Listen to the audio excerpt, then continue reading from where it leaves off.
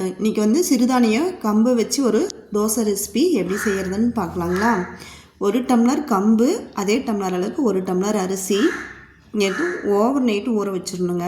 இன்றைக்கி சிறுதானியம் வந்து எந்த சிறுதானியம் எடுத்தாலும் நம்ம குறைஞ்சபட்சம் 8 மணி நேரமாக அது ஊறினா தான் அது நல்லா ஊறும், நல்லாயிருக்கும், சமைச்சாலும் நல்லா டேஸ்ட்டாக இருக்கும்.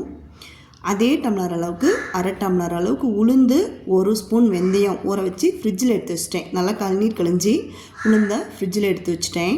தண்ணி குண்டாவுக்கு தண்ணி ஊற்றி அரிசியும் கம்பையும் ஒரே பாத்திரத்தில் அதுவும் ஓவர் நைட்டு ஊற வச்சிட்டேன். ஊற வச்சு உளுந்தை வந்து குறைஞ்சபட்சம் 20 நிமிஷமாவது நல்லா ஆட்டிக்கணும். அப்போ தான் வந்து ஃப்ளஃபியாக நல்லா வரும். கையில் எடுத்தோம்னா கொஞ்சம் ஒட்டாத அளவுக்கு ஆட்டிக்கணும். நல்லா ஆட்டினா தான் நல்லா ஃப்ளஃபியாக மாவு இருக்கணும், அதுதான் நல்லாயிருக்கும். ஆட்டி எடுத்து கலந்து காலையிலேயே எடுத்து வச்சுட்டேங்க. கம்பு மாவு மில்லட் வந்து சீக்கிரம் புளிச்சிடும். காலையில் ஆட்டி வச்சோம்னா ஈவினிங்கே சமைச்சிக்கலாம்.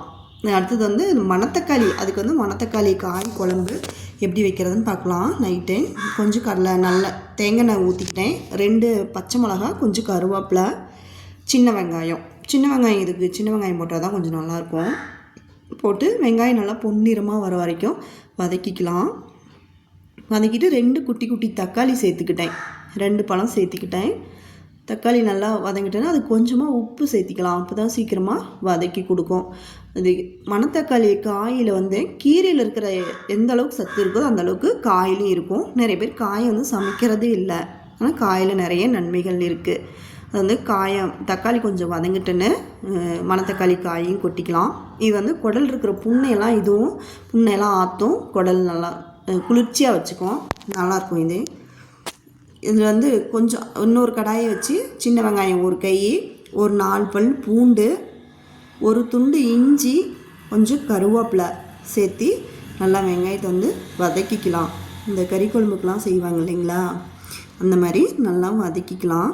வதக்கிட்டு அது கூட 10 போல் முந்திரி பருப்பு வந்து நான் அரை பருப்பாக இருக்கிறதுனால அது 10 பருப்பு சேர்த்துட்டேன். முழு பருப்பாக இருந்துச்சுன்னா நீங்கள் 5 பருப்பு சேர்த்திக்கோங்க.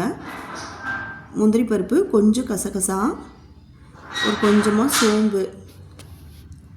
சோம்பு சேர்த்து தேங்காய் வந்து சின்ன தேங்காயில் வந்து அரை மூடி காய் எடுத்துக்கிட்டேன். அரைச்சி குழம்புல சேர்த்துக்கலாம். குழம்பு எந்த அளவுக்கு தண்ணியாக வேணுமோ நம்ம அந்தளவுக்கு சேர்த்துக்கலாம். இந்த குழம்பு வந்து தோசை, இட்லி, சாதத்துக்கு ரொம்ப நல்லாயிருக்குங்க.